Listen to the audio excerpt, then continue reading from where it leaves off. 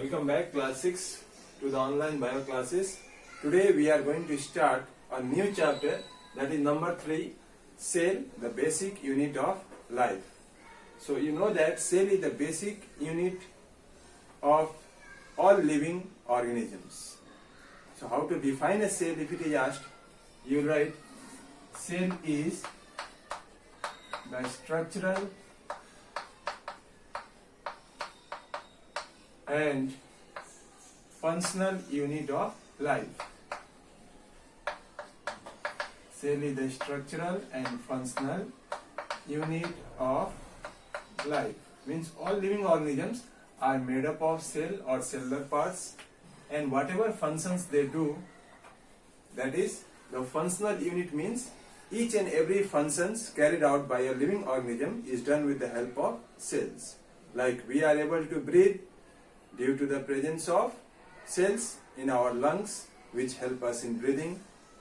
Then we have the nerve cells, which helps to carry the important all the messages from one part of the body to the other. So how can we see the cell? Because cells are very small, cannot be seen with our naked eyes. They are microscopic in size. Cells are microscopic, that is, they can be seen with the help of microscope. They cannot be seen with the naked eye. Means if you want to see a cell like this only, it's not possible because they are very small in size. So cells are microscopic. They are of different shape and size. Now, how can we see the cells? They can be seen with the help of microscope. What is microscope?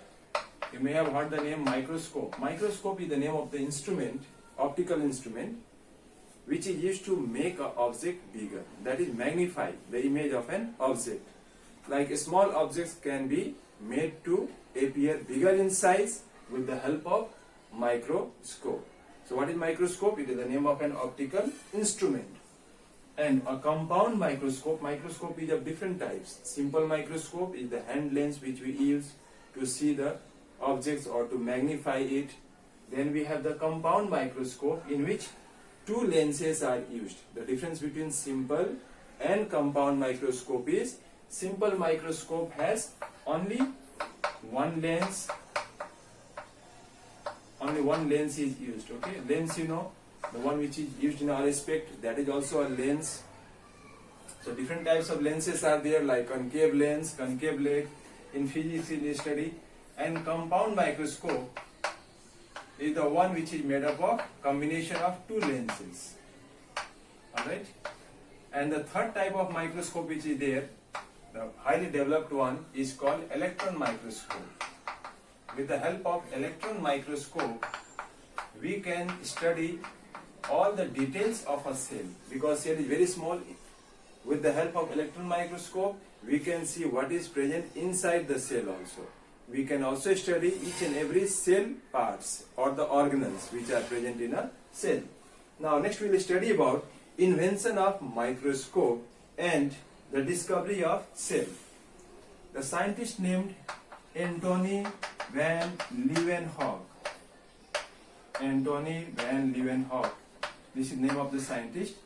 Antony van Leeuwenhoek was one of the pioneers who developed a simple microscope, and he had seen some of the cells like red blood cell with the help of his microscope. He had seen the muscle cells and the cells of bacteria. Today he is known as the father of this person. Antony van Leeuwenhoek is known as father of microbiology. So what is microbiology? Microbiology means the branch of biology in which we study about the microorganisms. Microorganisms means those living things which are very small in size, cannot be seen with our naked eyes. They are called microorganisms. Like bacteria is a microorganism, fungi is a microorganism.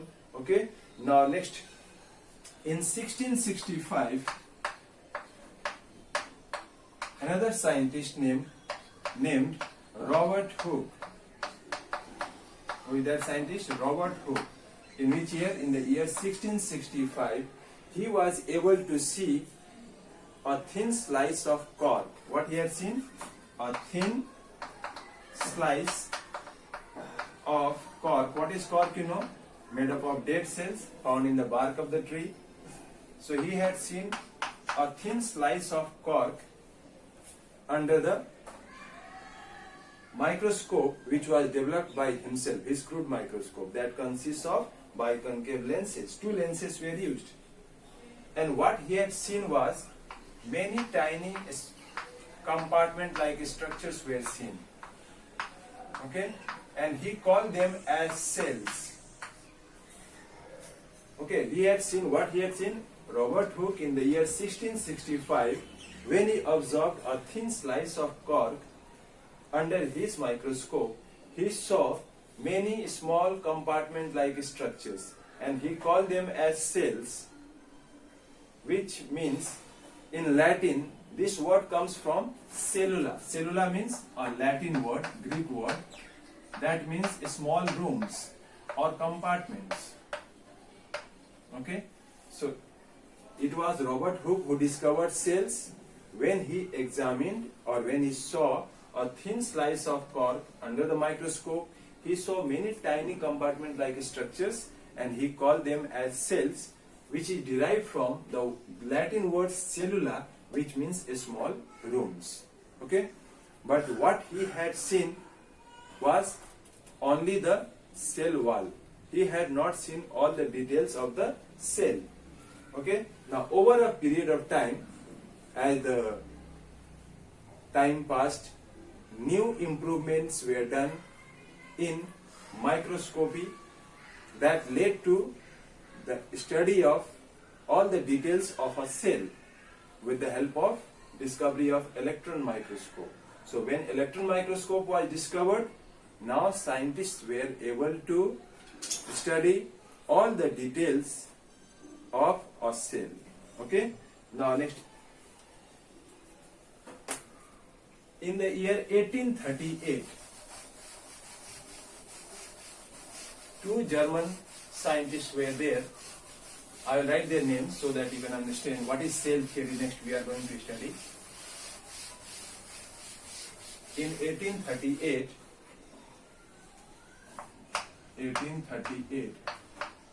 German biologists or scientists, you can say,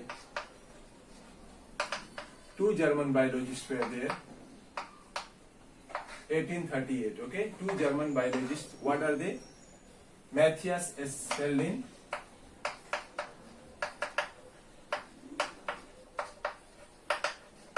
and Theodor Schwann.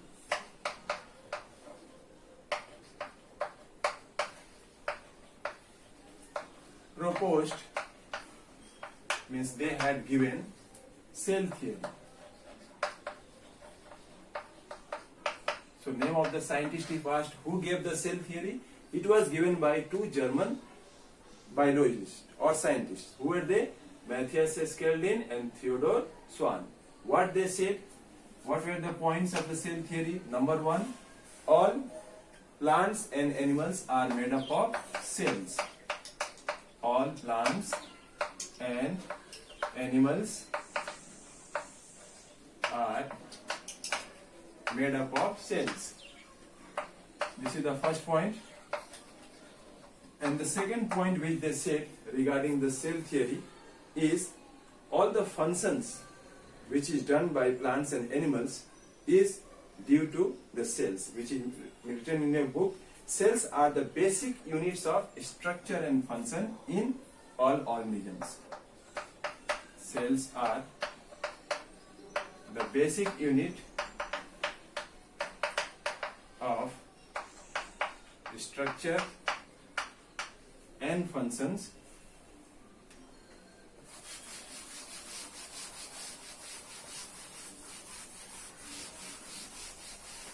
cells are the basic unit of structure and function in all organisms, all living organisms. Okay, these are the 2 points of the cell theory. You have to learn also what is cell theory, who gave it. Cell theory is the basic points about the cell given by two scientists, Mathias Selden and Theodor Swan. And the 2 points of cell theory are all plants and animals are made up of cells. Second point is cells are the basic unit of structure, just like the definition of cell which I gave in the beginning, and function in all living organisms. Now another scientist, that is Rudolf Virchow, R-U-D-O-L-F, Rudolf Virchow, added one more point regarding the cell theory. And the third point which he said was, all the new cells arise, that is they are born from pre-existing cells,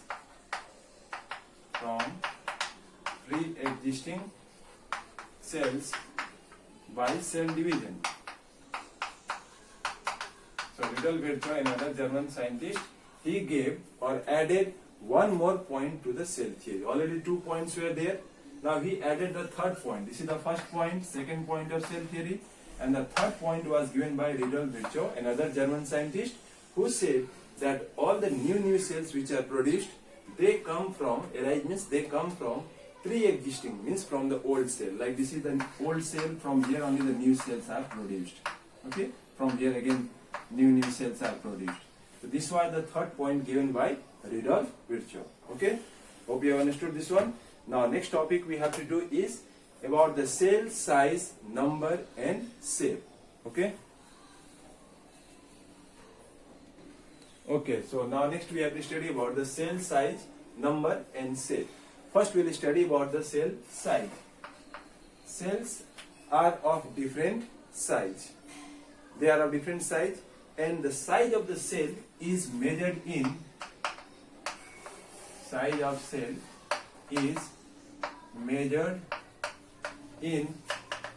micron-meter. This is the symbol. Micron-meter means which is equal to like 1 micron-meter. I write here what is the meaning. Micron-meter is equal to 1 by 1000, means 1000 of a millimeter. So if you take 1 millimeter and divide it by 1000, 1 millimeter is very small, and if you divide by 1000, that 1000th part is equal to 1 micrometer. So it's very small, and size of the cell is measured in this unit only. The smallest cell, that is of the bacterial cell, which is mentioned in your book, the cell size of the bacteria, it ranges from 0.2, not 1 also, 0.2 to 5 micrometer. This is the smallest cell, bacteria cell. Okay, the smallest cell. Whereas the longest cell is that of the nerve cell. The longest cell is nerve cell.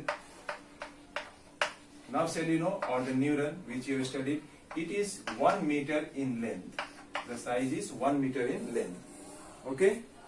Now cells are of different size, but the longest cell or the largest cell, animal cell, which is known to us, is the ostrich egg. So largest animal cell is the egg of ostrich. Ostrich, is the name of a bird. Ostrich egg is the largest cell. And what is the dimensions? As it is mentioned, 15 by 13 centimeter. 15 centimeter long and 13 centimeter is the breadth. Length and breadth is mentioned. So you can see what is the size. Okay. Some cells are big enough that can be seen with our naked eyes. Like ostrich egg, you can easily see. So all the eggs are visible. So here the egg is quite big. Not all. Like in case of microscopic, the eggs are not visible. But this ostrich egg and other birds' egg is clearly visible. They also represent cell only. Now next we have to study, after the cell size, next is the number and the shape. Cell number. There are two types of cells according to the number. Like if cell is made up of only one cell, living things are made up of one cell, they are called unicellular. If a living organism is made up of more than one cell, up to millions of cells, they are called multicellular. I will give 4 examples. Unicellular examples you can give. Example of unicellular organisms. Amoeba is a unicellular or a single celled animal. Similarly, we have the Paramecium is also a single celled organism. We have RBC, which is also unicellular. Chlamydomonas, bacteria. So any example you can give which is made up of single cell. Examples of multicellular cells you can write is example human beings. We are multicellular. Human beings are multicellular. The mango tree or any other guava tree, all of them are multicellular. Okay. Now next, in your book, a tabular difference between unicellular and multicellular is given. You will write that table as homework. I will just discuss them here. First one is unicellular. They are made up of single cell. Multicellular, they are made up of, body is made up of many cells. Second point, unicellular, they are simple organisms. The body is simple, but here in multicellular organisms, they have a complex body organization. Means their body is made up of many cells, organs, tissues, and organ systems. So third point, you can say that in unicellular organisms, they have a very short lifespan, like amoeba, bacteria, they live for a very less time. But in multicellular organisms, they have a longer lifespan. Fourth difference, you can say that unicellular organisms are mostly very small, cannot be seen with our naked eyes, so they are microscopic. But multicellular organisms are macroscopic. Macro means they are very big in size, they can be visible with our naked eyes.